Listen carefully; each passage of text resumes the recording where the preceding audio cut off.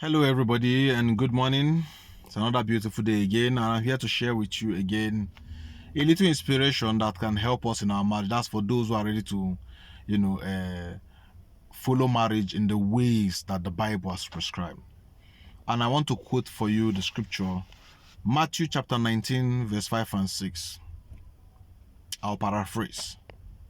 It's just a scripture we are very familiar, which says that if you are a married man, it says, what God has joined together, let no man put asunder. Let no man divide. Now, most times we tend to look outside. And most times in our marriages, when we are doing our marriage ceremonies, the officiating minister tend to always preach that you don't tell third party, you don't bring third party into your marriage. Don't tell anybody anything. Just make sure you do your marriage by yourself. Don't tell anybody anything. That's what they preach.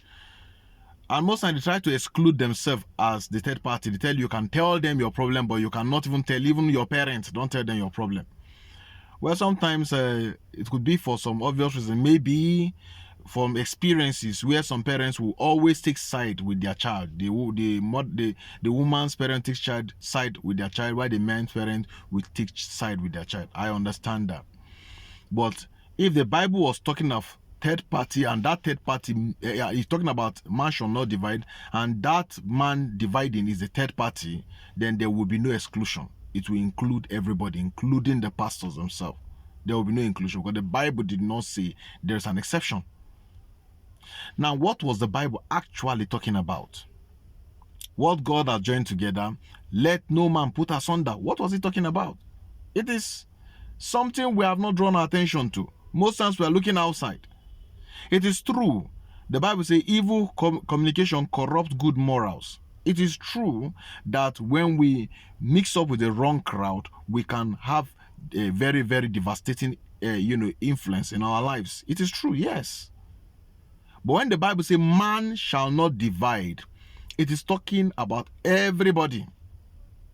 It includes you as the husband, and includes you as a wife. Most times we are the one that are giving room for external factors to determine how we live in our homes, and thereby creating the division and then looking for who to blame. We are the one that takes the family out, because there's a saying that if the witch in the house does not sell you out, the witch outside cannot find you. So we are the ones most times. And most times, we are the ones causing the division, but most times we try to remove ourselves. Man must not divide. If, as a woman, you don't cook for your man, you find it very difficult to cook your husband's meal, and then another woman seizes the opportunity and start cooking for your man and making him feel like a king, and your man is taking over, you blame the other woman that she has divided. She did not divide your home. You have divided this from beginning. In fact, the woman just cashing on the opportunity. If the division was not there, there wouldn't have been any way that another person would take over. There was a vacuum, and nature abhors vacuum.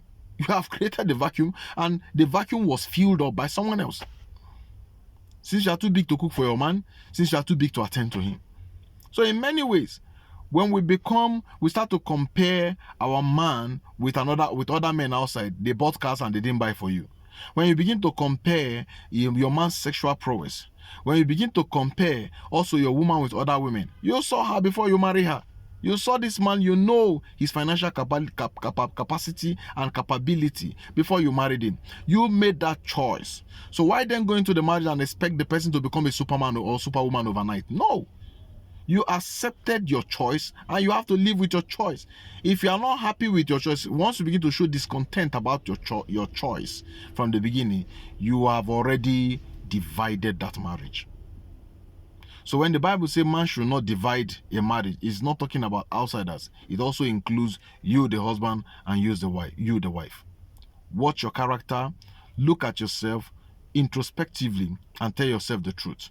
By your actions and by your character, are you already dividing your marriage? Think about this, and God bless you.